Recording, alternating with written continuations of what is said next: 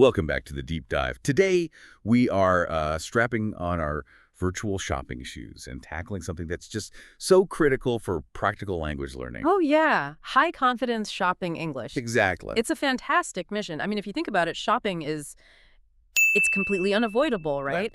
And yet the specific language you need from just browsing all the way to bargaining, it's filled with these little cultural landmines and subtle vocabulary differences. That's the core mission today.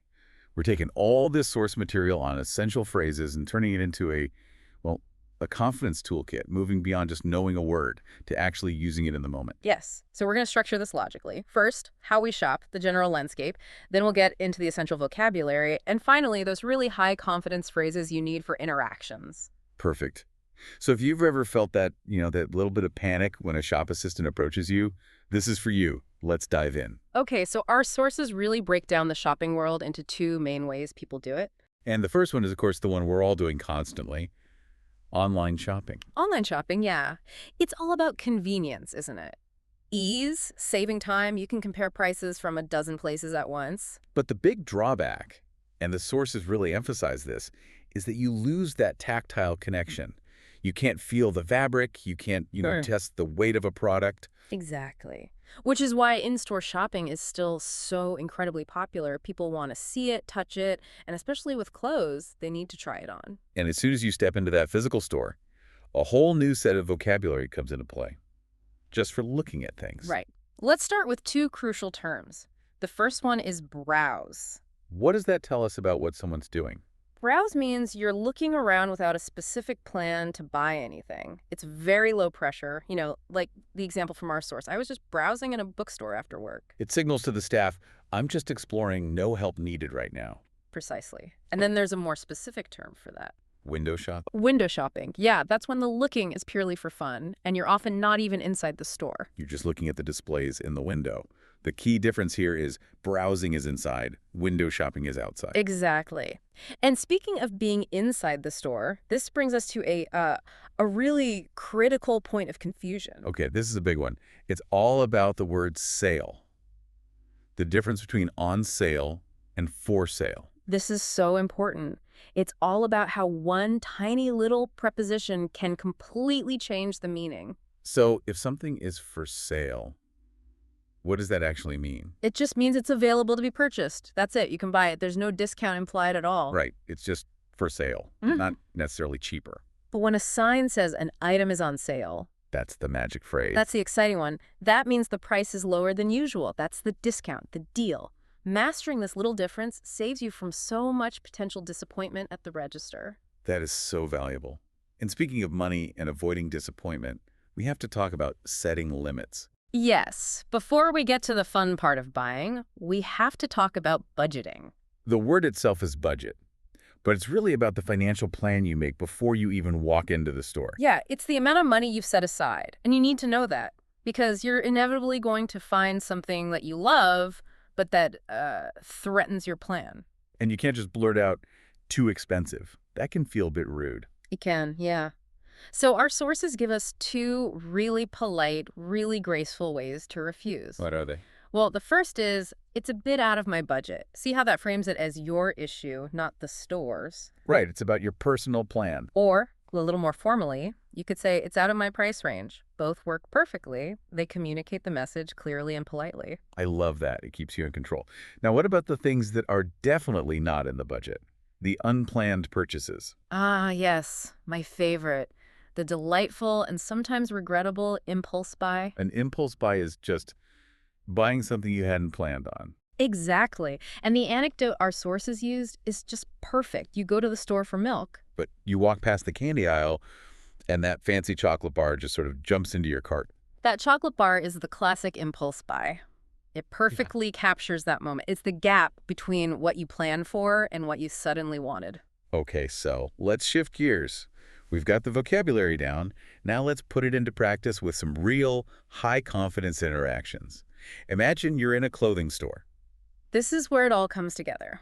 So, you found a shirt you like. You need to try it on. The phrase is simple and direct. What do you say? You find an assistant and say, "Excuse me, can I try this on?" And they'll point you toward the, what's it called? The fitting room?